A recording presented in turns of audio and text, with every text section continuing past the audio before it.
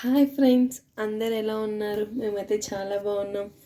ఏంటి ఓన్లీ ఇక్కడ ఉత్త గ్లాసు చూపిస్తున్నాను అనుకుంటున్నారా? వెయిట్ చేయండి. అంటే ఇప్పుడు మనం డైలీ దోశ, ఇడ్లీ అలానే తింటున్నాం కదా. ఈరోజు నేను చెప్పబోయే రెసిపీ వచ్చి హెల్త్కి చాలా మంచిది. మేమైతే గన మా సైడ్ దీన్ని రాగి సరి అంటాము. సో ఇప్పుడు రాగి సరిని ఎలా చేయాలో ప్రాసెస్లోకి వెళ్ళిపోదాం. చూడండి, ఇప్పుడు నేను ఇలాంటి మీడియం సైజు ఒక గ్లాస్ తీసుకున్నాను. ఈ గ్లాసు ఈజీగా 2 to 3 మెంబర్స్ వరకు, అంటే ఈ గ్లాస్తో తీసుకున్న రాగి పిండిని 2 to 3 మెంబర్స్ వరకు తినచ్చు, లైక్ అంటే తాగవచ్చు అని. రాగి సరి కాబట్టి అది తాగడమే, తినడం కాదు, అందుకనే అలా చెప్పాను. ఇప్పుడు మనకి దీనికి కావాల్సిన ఇంగ్రీడియంట్స్ వచ్చి ఇలాంటి మీడియం సైజు ఒక గ్లాసు రాగి పిండి, ఒక 2 మీడియం సైజు ఆనియన్స్ ఇలా చిన్నగా కట్ చేసుకోవాలి. ఒక 2 పచ్చిమిర్చిని ఇలా చిన్న చిన్నగా కట్ చేసుకోవాలి. రుచికి తగ్గట్టు సాల్ట్ని తీసుకోవాలి, అంతే. దీనికి ఇంకేమి ఇంగ్రీడియంట్స్ అవసరం లేదు, ఇవి చాలు. ఇప్పుడు ప్రాసెస్లోకి వెళ్ళిపోదాం. చూడండి ఫ్రెండ్స్, నేను కరెక్ట్గా ఒక గ్లాస్ తీసుకుంటున్నాను. ఈ గ్లాస్కి అంటే కొలతలుగా చెప్పాలి అంటే ఇదే గ్లాస్తో 6 to 7 వరకు పడతాయి వాటర్ అన్నది. ఇప్పుడు మనం దీనిలో ఒక 2 to 3 ఇలాంటి గ్లాస్తో నీళ్ళు పోసుకొని కలుపుకుందాం. రిమైనింగ్ వాటర్ అన్నీ బాయిల్ చేసుకోవాలి బాగా, అంటే బాగా ఇప్పుడు మనకి వాటర్ ఎలా అయితే మరుగుతాయో అలా మరిగించుకోవాలి.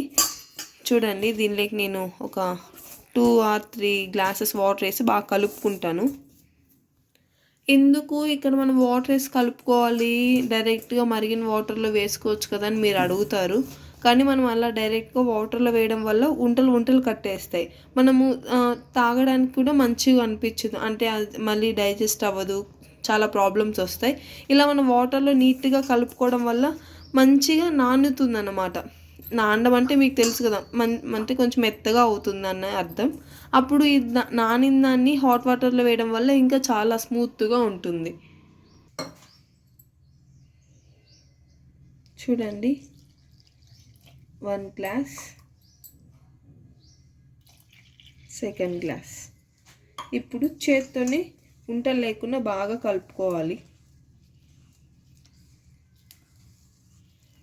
చూస్తున్నారా ఫ్రెండ్స్, నేను 2 గ్లాసెస్ వాటర్ వేసుకొని ఇలా ఉంటలు లేకుండా కలిపేసుకున్నాను. మీరు కూడా ఇలా కలుపుకోవాలి. రిమైనింగ్ 4 or 5 గ్లాసెస్ మనం స్టవ్ మీద పెట్టుకొని హీట్ చేసుకోవాలి. అని చెప్పాను కదా, బాగా బాయిల్ అవ్వాలి వాటర్ని. అలా చూసారా, ఇలా కలుపుకోవాలి. చూడండి ఫ్రెండ్స్, ఇలా స్టవ్ పైన ఒక గిన్నె పాటిది ఏదైనా పెట్టుకోండి. ఇంతకుముందు మనం అక్కడ కలుపుకున్న దాంట్లో 2 గ్లాసెస్ వేసాం కాబట్టి రిమైనింగ్ 5 గ్లాసెస్ వాటర్ దీనిలో నేను వేస్తున్నాను చెంబులో.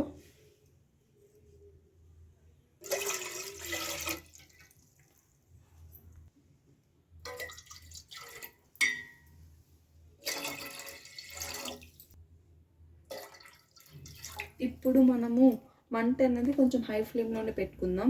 దీనిలో తగ్గట్టు, అంటే రుచికి తగ్గట్టు ఉప్పు, అంటే మీ దగ్గర రా సాల్ట్ ఉంటే రా సాల్ట్ వేసుకోండి, లేదంటే సాల్ట్ ఉన్నా వేసుకోండి. నా దగ్గర రా సాల్ట్ ఉన్నది, సో కొంచెం రుచికి తగ్గట్టు వేసుకుందాం.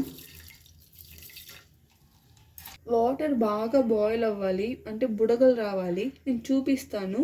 అప్పుడు వచ్చినప్పుడు, అంటే అలా బుడగలు వచ్చినప్పుడే మనం పిండిని యాడ్ చేసుకోవాలి. చూస్తున్నారా ఫ్రెండ్స్, వాటర్ ఇలా బాగా మరగాలి. ఇప్పుడు మంటని సిమ్లో పెట్టుకొని బాగా మరుగుతున్నాయి, చూసారా. ఇప్పుడు మంటని నేను సిమ్లో పెట్టుకున్నాను. సిమ్లో పెట్టుకున్న తర్వాత మనం స్టార్టింగ్లో కలిపి పెట్టుకున్నాం కదా ఈ రాగి పిండిని, ఈ సరిని మొత్తం బాగా ఈ హాట్ వాటర్లో వేసేయాలి. ఇలా బాగా ఒకసారి కలుపుకొని, ఇలా కలుపుకొని మళ్ళీ ఒకసారి ఇప్పుడు వేసేయాలి వాటర్లో, అదే హాట్ వాటర్లో ఇలా వేసేయాలి.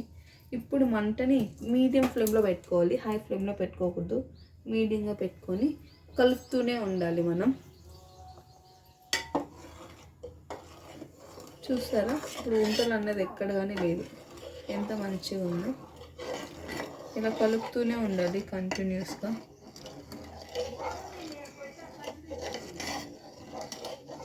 ఇలా మనం కలుపుతూ ఉన్నప్పుడు మనకి సాల్ట్ అన్నది మనం అడ్జస్ట్ చేసుకోవచ్చు. ఇప్పుడు ఒకసారి మనం టేస్ట్ అన్నది చూసి తక్కువ ఉన్నా ఎక్కువ ఉన్నా చూసుకోవచ్చు. ఇప్పుడు నాకైతే పర్ఫెక్ట్గా సరిపోయింది.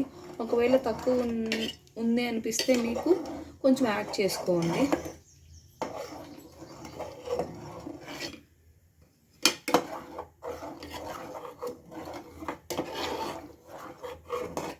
చెప్పురా. నేను చెప్పను, చెప్పు నీకు. సరే చెప్పు. ఇట్లా అర్థమైతే ఇలా మొత్తం చిక్కబడిన తర్వాత ఇలా చూస్తున్నారు ఫ్రెండ్స్, ఇలా బాగా చిక్కబడిపోయింది.